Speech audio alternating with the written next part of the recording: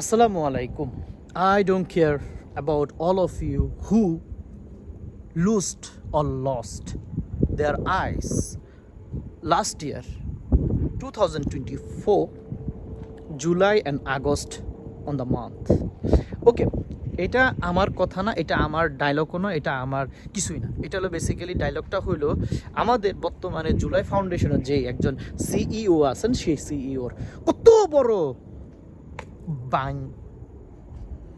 বাইন মার্কা মানুষ, এরে কি বলে গালাগালি করা যায় আমি জানি না ভাই। আমার দ্বারা এরে গালাগালি করা সম্ভব না।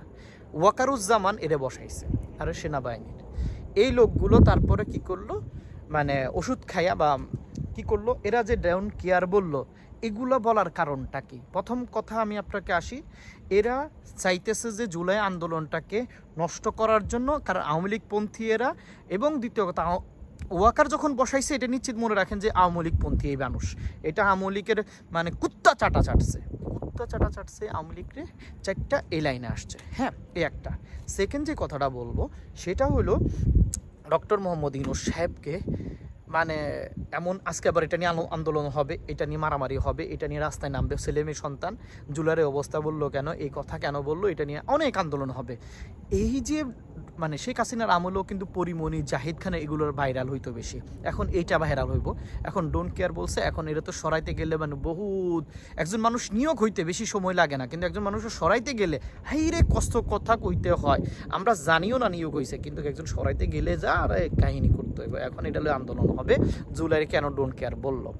তো এখন বুঝেন আপনি ডক্টর মোহাম্মদ ইউনূস সাহেবকে মানুষে কতভাবে অসহযোগিতা করতেছে। ডক্টর মোহাম্মদ ইউনূস সাহেবকে সরাইতে পারলে ওয়াকার যে কি বাসাটা বাসে, ওয়াকার ভালো জানে এবং শেখ হাসিনা এবং বিএনপি ভালো জানে।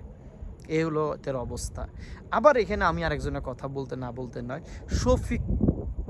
শফিকুর রহমান যে উপদেষ্টার মহাসচিব, এর কি দরকার আছে সালাউদ্দিন কি বাল করছে না করছে, সালাউদ্দিন কিসের লোক না লোক, সালাউদ্দিন কবে মরে গেছে না বাঁচিয়া ছিল, সালাউদ্দিনের কারে কোন দেশে চলে গেছে না গেছে, সালাউদ্দিন কবে আন্দোলন করছে, সালাউদ্দিনের বউ কবে আন্দোলন করছে, বইয়ের ছায়া কবে খুলে দিছে, ছায়ার ভিতর কয়টা গিট আছে, সাবার ভিতরে কি অন্য কিছু আছে নাকি, মানে কি আছে না আছে, এগুলো খুলে দেখছে।